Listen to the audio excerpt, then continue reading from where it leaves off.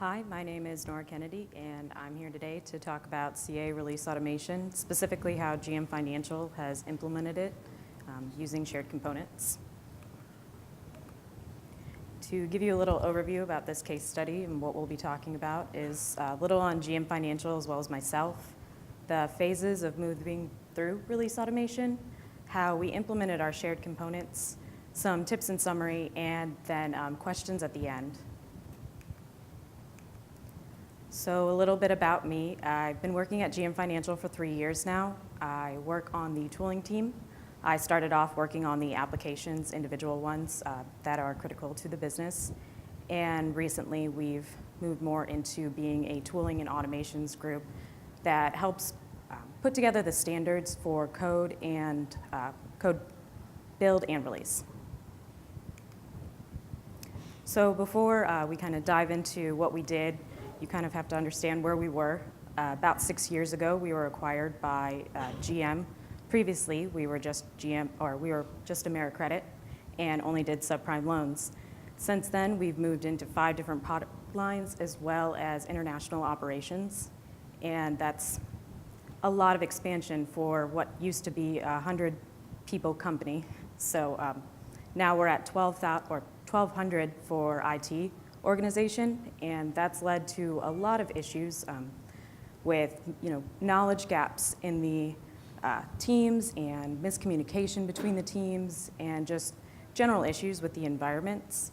So we knew that we needed to move to be more efficient as a company, and we did that by looking at automation. So our phases of automation start with almost no automation or just a little bit. Using PowerShell scripts just for the baseline deployments, nothing that was really too intricate.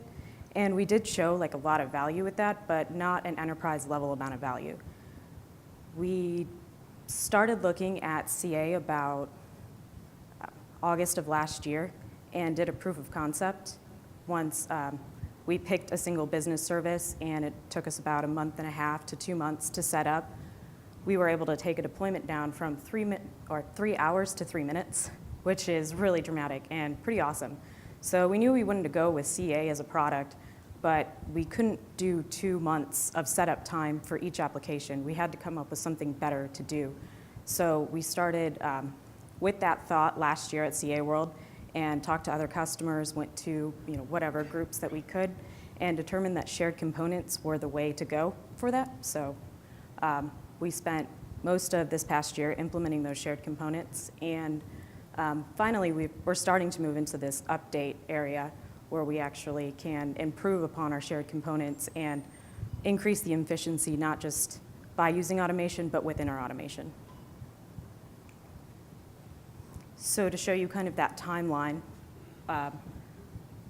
as of about March this year, we still had mostly no automation, and our proof of concept lasted until the beginning of the year.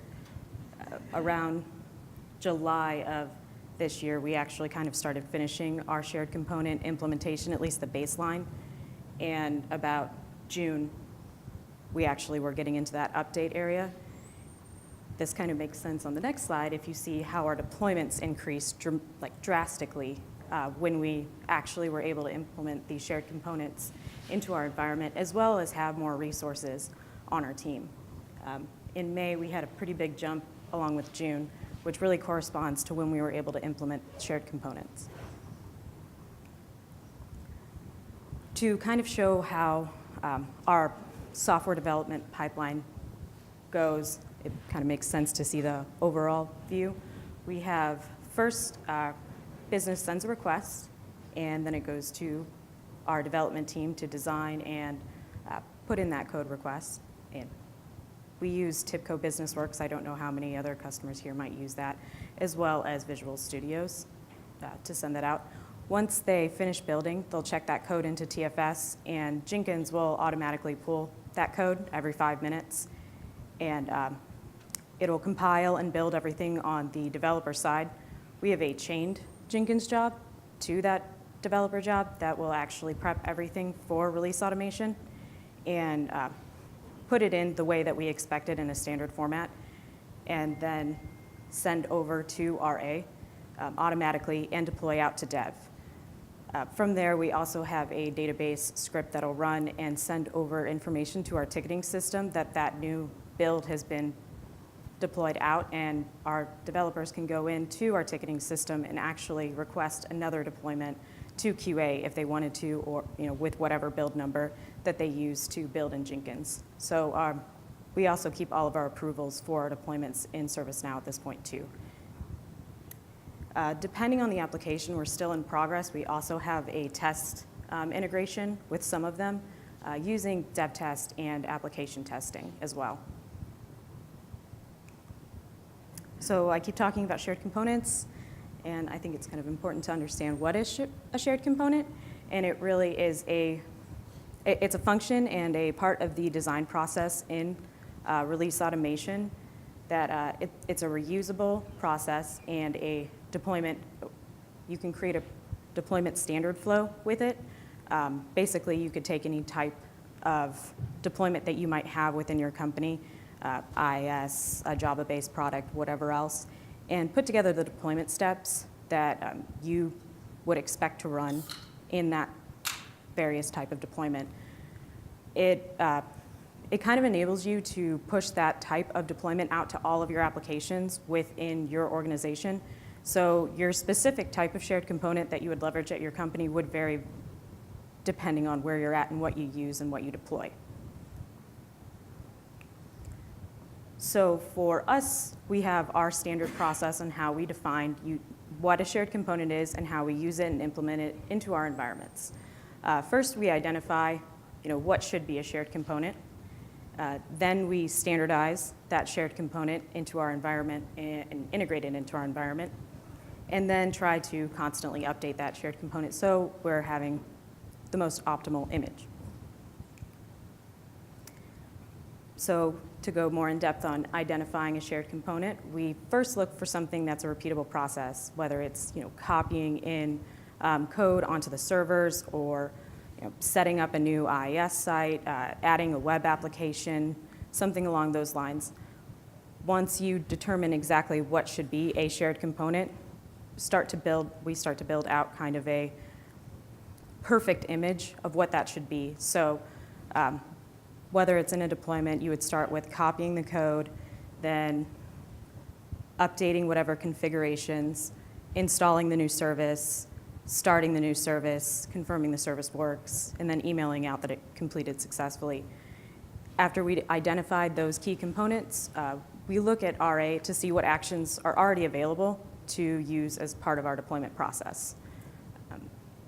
Anything that would be different from environment to application, we set up as a variable, and then we implement it and ask for feedback, see if that actually works, if other teams actually like this type of deployment. And we constantly do ask for feedback on this. We don't try to silo everything out to just our team, because it's really important to actually talk to other teams about how you're deploying out.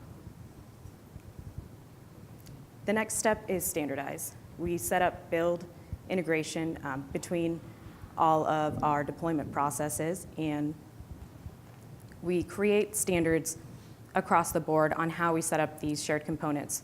So even if you're doing a Java process or an IIS process or whatever else, you have maybe like a standard set of folders, or when you're naming your actions, if there are similar actions like logging to a directory, start off with some sort of same naming standard. So if someone else is looking at that shared component, they can quickly identify what processes those are and what they're meant to do, as opposed to each shared component being completely separate and different than the other.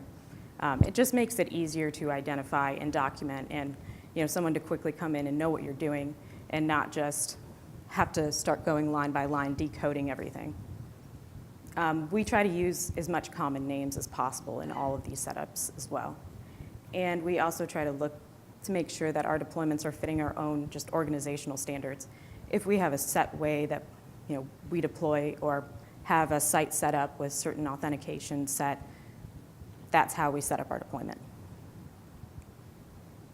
The next step is integrate, looking at how to set up your deployment with your specific application, as well as integrating into other applications within your CI/CD pipeline. So you would want to make sure that whatever you're doing, you can call out to maybe your ticketing system or your test automation system and integrate those products with them, as well as your application itself, making it as easy as possible to set up a new shared component within an application. So you don't want to spend 2 months setting up another application. You want to spend maybe 2 hours. And that's what we really try to strive to do within ours. And then last is update. We kind of start rotating out team members, or at least having other team members look over processes.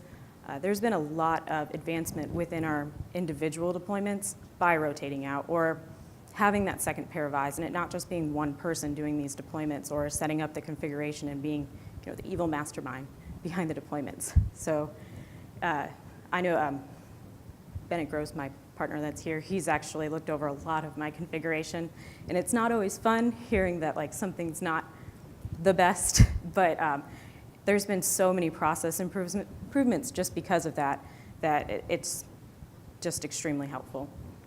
And also, while you're doing all of these updates, working as a team and communicating challenges. We luckily sit all next to each other, so we don't have too many problems. If someone has an issue, we usually hear about it by the frustration that gets hit on the keyboard. So it's a really great team and a dynamic that we happen to have, and I think a lot of that comes from just being very open with our communication about what we have going on and what, making all of these standards and it making easier just for us to know what each team is doing and what each team member is doing. So also to go on how we've kind of moved to that shift left mentality with using our shared components. We spend most of our time in dev, and all of our deployment time averages go up in dev. But with the use of shared components, once you have that vetted out process and that kind of perfect image, you've got maybe 10 minutes in dev, your QA goes down pretty dramatically, and then when you get to production, it's under 3 minutes, which is pretty insane for someone who last year was doing deployments that took 6, 7, 8 hours. So it's been an awesome change to see the dramatic difference of implementing RA and using the shared components together.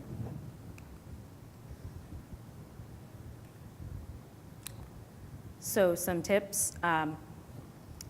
And this is more of just the tips that we have from our implementation. It's not necessarily, might not be something that you guys have experienced with your use of RA.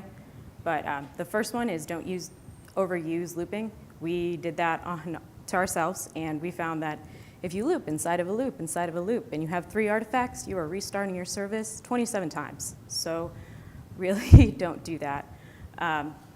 Also, as of right now, for the setup with RA, you can't export out parameters. You can export out your token values and all of that kind of setup, but the parameter environment values aren't exportable, and that kind of leaves you a little bit open. If you have any sort of issue with your system or updates or whatever else, then you can't get that backup or that good copy. So we try to convert any of our specific variable or environment-specific variables to tokens. Also, not setting up non-repeatable processes within your application. We leave everything to shared components. We don't do anything within an application, process itself, without it being a shared component that's added in. Also, setting up the enterprise solution backends for your enterprise solution of RA. We started off with a MySQL database and had a very much database switch, not migration, to an Oracle database, and we lost a lot of information at the beginning of our setup. So very, very critical that if you're trying to create this very important key part of your environment, use enterprise solutions and not out-of-the-box Nexus repository or MySQL database. What to do? Set up a centralized server for logging and email. We actually leverage the execution servers for all of that. So whenever it comes to logging, we can pull up the logs in the execution server and send them over to our Splunk system if we want any sort of reporting on them. as well as all of our emails. So we only have to set up email relay on those servers. For some reason, with not just this product, but most CA products, setting your browser to 90% gives you more features, like your scroll bar is actually there, or buttons that weren't there before at 100% are now there. I don't know, that's just a fluke with CA, I think, but it's something that we've just like experienced on multiple CA products. Leveraging token values and actions and flows, that's just, because it's exportable, it's really useful. And then the community site, we've gotten a lot of help from the community site over the past year. Anytime that we've tried to implement something and it's gone wrong, or we just weren't sure if it's us or if it's the product, whatever else that's out there, that community site has so much information out there, and people are constantly like actually updating and looking for things that are on the site. So I submitted a question one time and I got a response within like a day. And it's just users, so you're not going to get the same, or you get a different feedback, and you get better, I would say, kind of knowledge, because you're not going to get the generic, oh, here's the product answer. It's an actual real customer, so they understand your frustration if you see an issue. And then last, using the product for what it's meant to do. CA release automation is release automation. It's not configuration management. You shouldn't really be installing applications with it, just as much as like Jenkins, which we use. It's a build integration. We use it to build. We don't really leverage Jenkins to release. I know some people do, but that's not really its intended purpose, and that's why you get a solution like RA. So in summary, we had our phases of automation. It was really important that we kind of were able to slow down and set all of that foundation before we just tried to go ahead and throw all of this in and move our applications so quickly and make mistakes.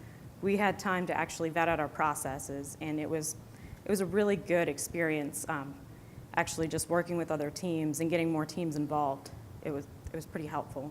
The benefits, no late night deployments, that was awesome. We've also just had a lot more stability in our environment since then.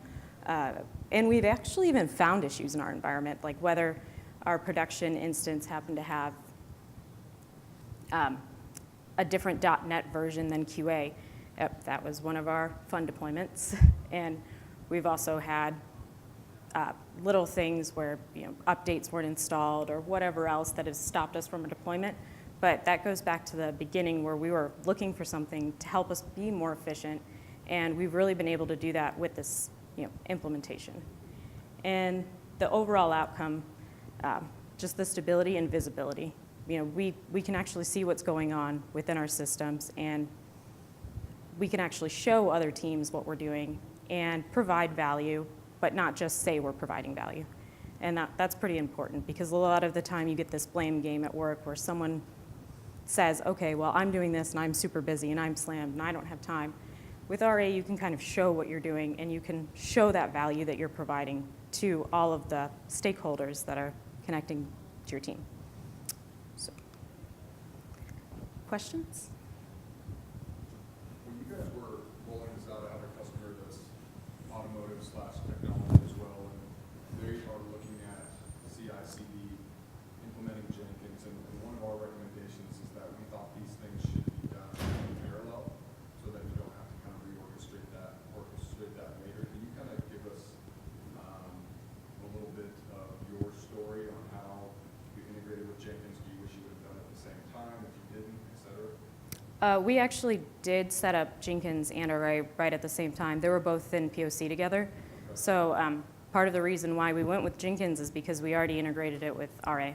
So we did get a little pushback because some developers wanted to go directly from TFS to RA, but a lot of what we decided to do, and I think it's just best practice, is keeping your pipeline consistent across whatever application you're putting in to your SDLC.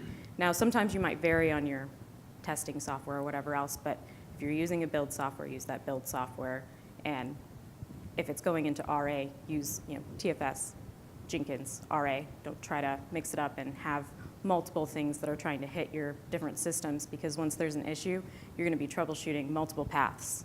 So, but I guess to kind of go back to your question, I think we went with Jenkins because we weren't using 2015 TFS. There's probably capabilities that we couldn't do before that we could do now. And since we've already built out that pipeline, we were really hesitant to kind of change that at this point. Any other? If we had a customer that was looking to implement Jenkins before looking at release automation, would you recommend doing that in conjunction or allowing them to deploy Jenkins successfully and then look at it? I would think doing it together. I wouldn't try to do your deployments through Jenkins, just because you really don't get that environment change that you get with RA. You have that environment section in RA that you can set up, dev, QA, train, prod. If you were doing it in Jenkins, those are separate jobs, and you're not 100% sure that everything that you are modifying between each job is actually consistent. So there is a chance that what you're deploying to QA could be different than production, whereas with RA, you have the same flows and the same processes that are going from dev to production, and they are consistent, and you can audit how they're consistent. Any other questions? Is all the code that you deploy for the system, is it all in-house written? Do you have any source, or do you have some kind of vendor production code? It's all internal code. A lot of the code is middleware, but it is all code that's developed in-house, so we're not deploying out any sort of like vendor code. I think it's something that you could do. I don't think really that's the intended purpose of RA, but We use it, so we use RA DBS. We have software that comes in. We have in-house code that we write, and we have the whole CI pipeline. Then we also have code that comes in, and actually in some cases we've got one application maybe 30 components that actually gets the source code, the actual code gets emailed, which is ridiculous. But we do have this kind of point where we then use RA going downstream. Why I'm asking is, did you find that you had to push back on application teams to tell them to write code and architect in a certain way so that you could actually have a standard RA workflow? yes, Did you find it difficult to convince application teams? very. Yes, that's probably one of the biggest pushbacks that we got, but once we got to the point of creating the standards, and we're still in progress on other applications, but our TIPCO applications are the ones that are deployed out the most and used the most. The development team actually started a center of excellence, and in there, our team started pushing for more standards on how different processes were designed, and that was just fundamental on how we've been actually able to leverage RA and even automate more of the automation.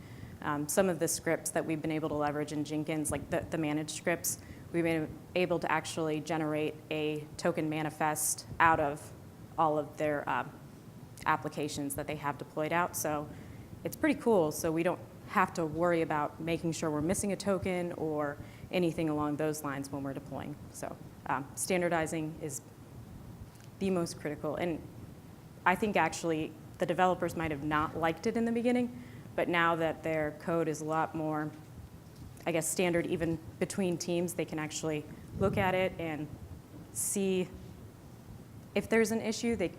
They kind of understand each other's code more, because before it was just wild, wild west. Everyone kind of developed their own thing.